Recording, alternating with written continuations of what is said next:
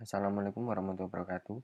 Nama saya Rizky Wahyu Ramadan dari Universitas Brawijaya Malang, jurusan Seni Rupa Murni angkatan 2018. Kali ini saya akan membahas tentang kasus pelanggaran hak cipta oleh Mall Grand Indonesia.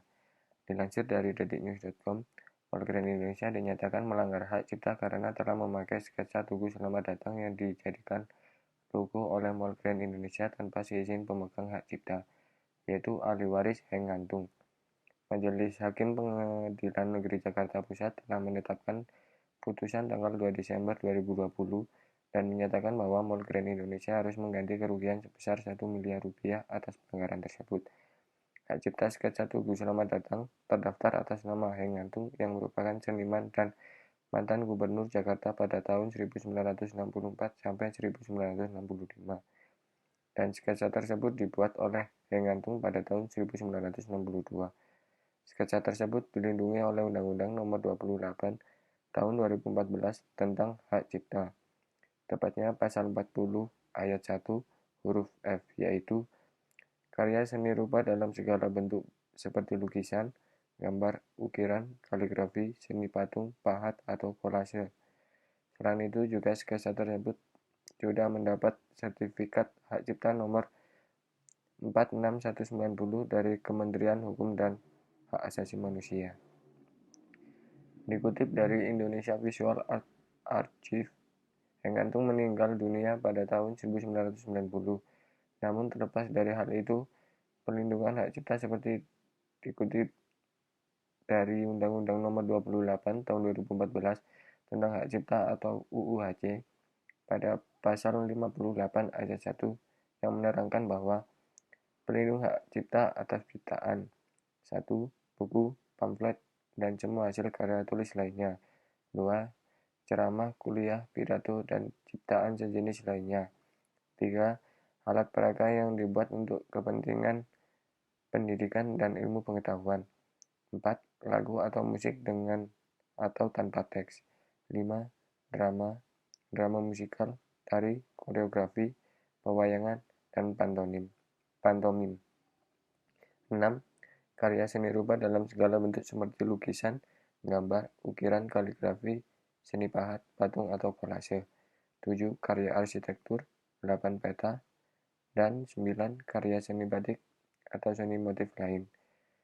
Berlaku selama hidup pencipta dan terus berlangsung selama 70 atau tahun setelah penciptaan meninggal dunia, terhitung mulai tanggal 1 Januari tahun berikutnya.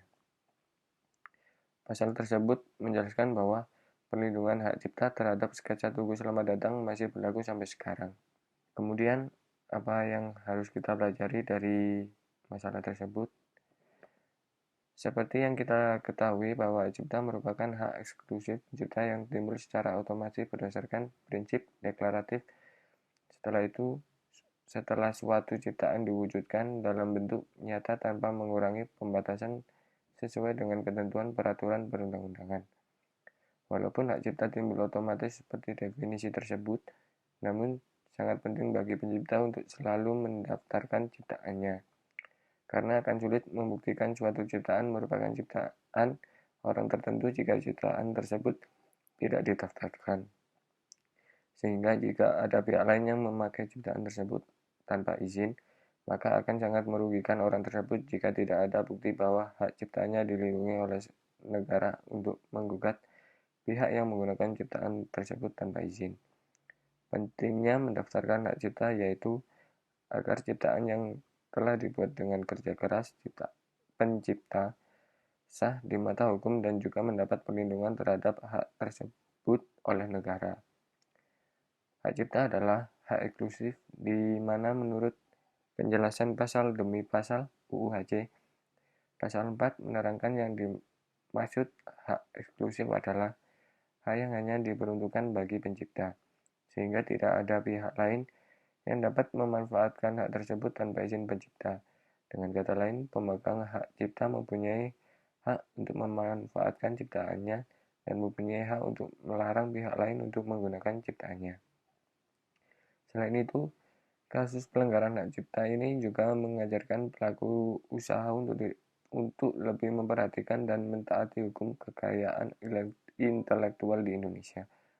Karena Indonesia merupakan negara yang menjamin hak atas kekayaan intelektual, maka tentunya akan ada sanksi bagi pelanggar hak atas kekayaan intelektual. Pemegang hak cipta dapat meminta ganti rugi melalui gugatan terhadap pihak yang melanggar haknya. Lalu, UU HC juga mengatur sanksi pidana bagi orang yang melanggar hak cipta. Pada pasal 113 UU HC, tepatnya pada ayat 2 dan 3 menerangkan, setiap orang yang dengan tanpa hak dan atau tanpa izin pencipta atau memegang hak cipta melakukan pelanggaran hak ekonomi pencipta sebagaimana dimaksud dalam pasal 9 ayat 1 huruf C, huruf D, huruf F, dan atau huruf H untuk penggunaan secara komersial dipidana dengan pidana penjara paling lama 3 tahun dan atau pidana denda paling banyak 500 juta rupiah. Dan pasal ketiga, ayat ketiga, setiap orang yang dengan tanpa hak dan atau tanpa izin pencipta atau pemegang hak cipta melakukan pelanggaran hak ekonomi pencipta sebagai dimaksud dalam pasal 9 ayat 1 huruf A, huruf B, huruf E, dan atau huruf G untuk penggunaan secara komersial dipidana dengan pidana penjara paling lama 4 tahun dan atau pidana denda paling banyak 1 miliar rupiah. Dari pasal tersebut, ayat 2 merupakan pelanggaran terhadap hak ekonomi pencipta yang merupakan hak untuk penerjemahan ciptaan, pengadaptasian, pengaransemenan, atau pentransformasian ciptaan, pertunjukan ciptaan, dan komunikasi ciptaan. Sedangkan ayat 3 merupakan sanksi pelanggaran terhadap hak ekonomi pencipta yang merupakan hak untuk penerbitan ciptaan, penggandaan ciptaan dalam segala bentuknya, pendistribusian ciptaan atau misal lainnya, dan pengumuman ciptaan.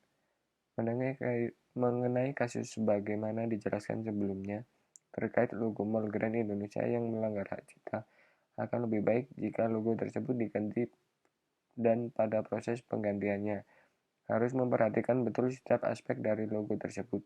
Membuat logo bukanlah hal yang murah dan mudah, karena hal tersebut juga merupakan hasil kemampuan intelektual yang dikerjakan dengan keahlian. Namun akan sangat disayangkan jika pembuatan logo yang seharusnya membawa keuntungan kepada pelaku usaha malah menjadi membawa kerugian. Seperti itu, kurang dan lebihnya mohon maaf. Terima kasih. Wassalamualaikum warahmatullahi wabarakatuh.